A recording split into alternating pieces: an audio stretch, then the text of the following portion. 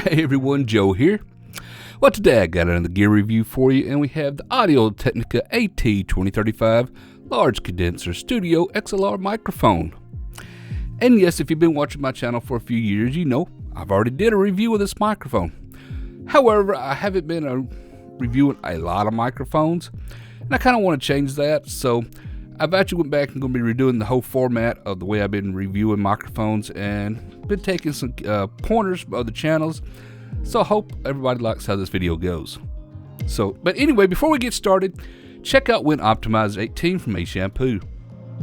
A Shampoo Win Optimizer 18 is a system optimization suite that takes care of the weak spots in every Windows machine.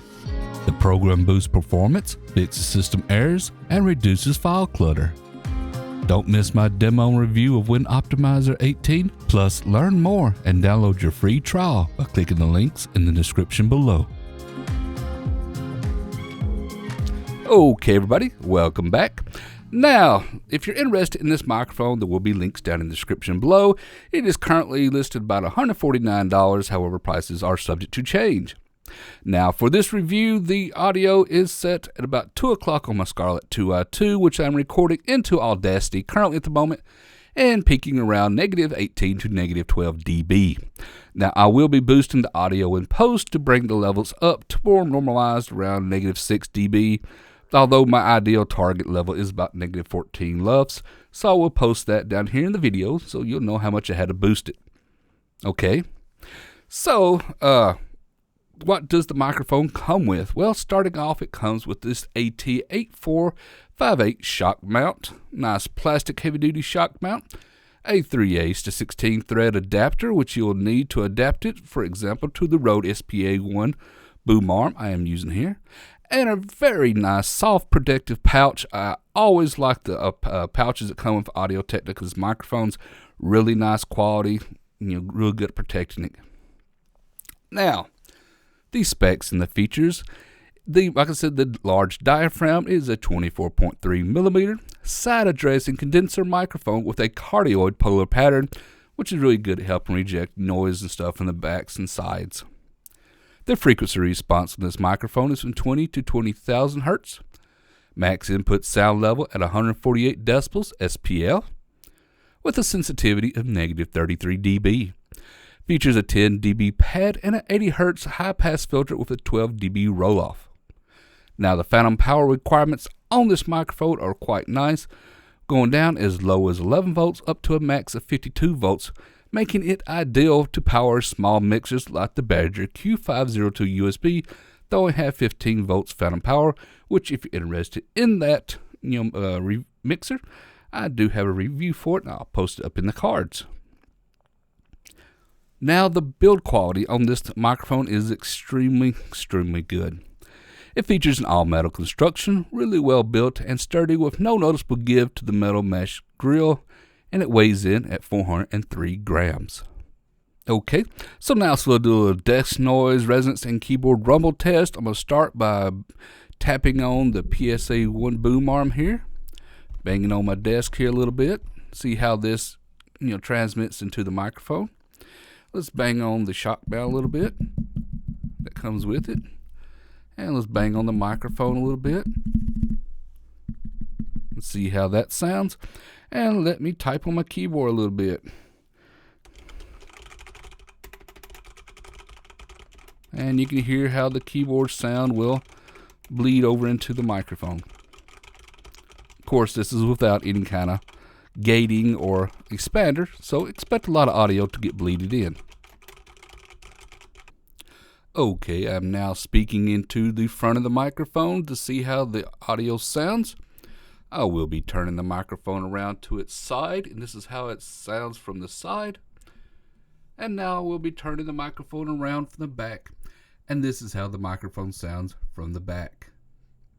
And just in case you're curious, this is how the microphone sounds from the top, so don't speak into the top of the microphone. Remember, this is a side addressing microphone. Okay, we'll now test the proximity and distance of the microphone. I am speaking about 6 inches from the microphone, and this is the proper distance that you should be. I am now right up on top of the microphone, which should make this quite loud and rumbly, as this is a lot of proximity to this microphone, which is a little bit too close. And now we are speaking 1 foot away from the microphone, which is just a little bit too far away. I am now speaking 2 feet from the microphone, which you should never do, as this is not a shotgun microphone. Okay, everybody, so we're now doing the plosive test, and I am speaking to the side of the microphone. Now I'm speaking directly at the microphone, and this is how it sounds with normal speaking. However, let's do a plosive test. Polly picked her pockets full of perfect peppers. I see a lot of plosive noise right there. So now let's test it with pop filter.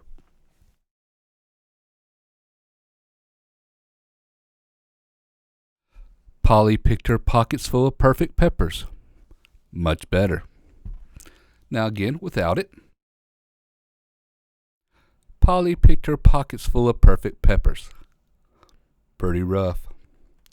And now, just for curiosity's sake, I will now put one of these on here and you can hear how that sounds and how it changes the audio quality. Okay, barely got it on here. Polly picked her pockets full of perfect peppers. This still works quite well if you do not have one of these or do not want one of these. However, you will notice a little bit of change in the coloration and stuff of the audio compared to this. I prefer the sound from these pop filters instead of the foam ones here. Okay, everybody, so for the entirety of this review so far, you've been hearing the microphone without any EQ or compression. So this is naturally how it would sound with my voice. However, this isn't how most people, like myself, would use the microphone. Most people will do some minor EQing and compression to get the audio levels more normalized. So let's hop over here, and now you can hear how the audio sound, which I would have it EQ for like a broadcast audio quality with more compression. So let me repeat the specs and features, and you can hear the difference in the audio quality with the audio compressed and EQ'd. The Audio Technica AT2035 has a 24.3mm large diaphragm side addressing condenser mic with a cardioid polar pattern, a frequency response of 20 to 20,000 Hz, max input sound level of 148 decibels SPL, with a sensitivity of -33 dB. It features a 10 dB pad and an 80 Hz high-pass filter with a 12 dB roll-off. The phantom power requirements of 11 to 52 volts, making it ideal to go with small mixers like the Badger Q502 USB that only have 15 volts phantom power. Okay, everybody, so you've been listening to this entire video with the 80 Hz high-pass filter disabled, which is what I recommend most people to use it for. However, there are come a time when you may want to enable the 80 Hz high-pass filter. For example, if you're trying to mic an acoustic guitar on stage, or you happen to have a lot of wind rumble noise on your desk, or like for a fan or something coming by, and you may want to enable it. So let's cut on the 80 Hz high-pass filter.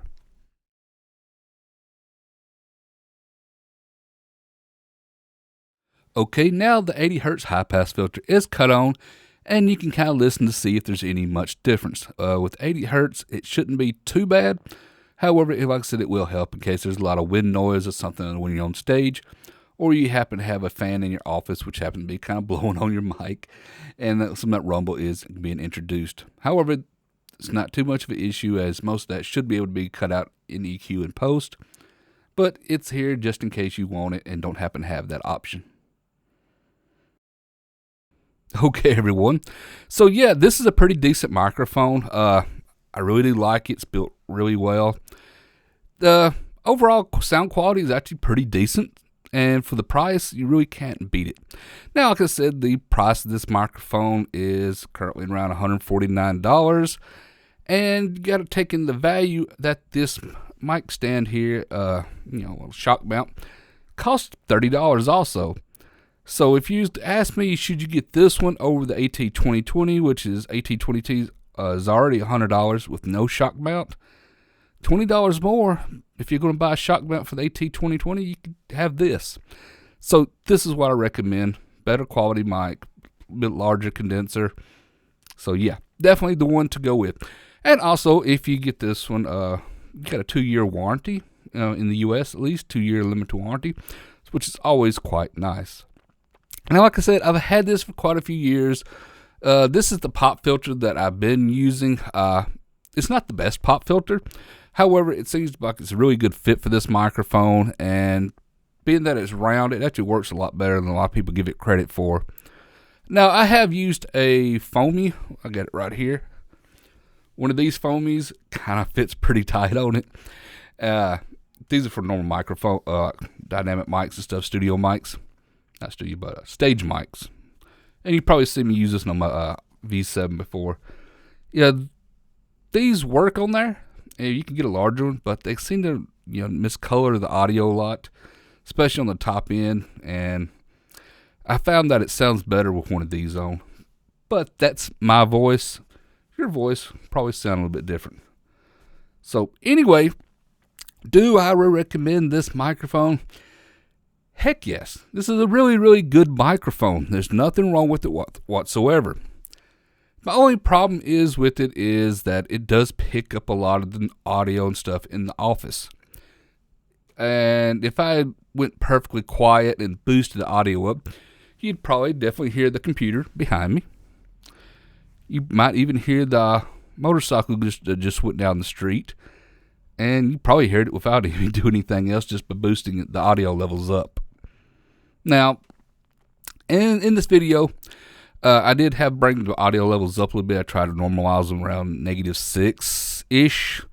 I actually try to push closer to around 14 LUFS. That's a little bit above 6 dB, depending on the audio listening levels and stuff. But anyway, so do I like it? Do I recommend it? Yes, yes, yes. I've been using it for 4 years now, and this has been a very dependable, high-quality microphone, and I really do like it. So, anyway, I hope you like this little review. I hope you found it helpful. If you do, how about give me a thumbs up? Thumbs up's always highly appreciated. If you're not a subscriber to my channel, please take the time to subscribe. Subscribing's free, it's for you, and lets you know when I release more videos. So until next time, everyone, thank you for watching.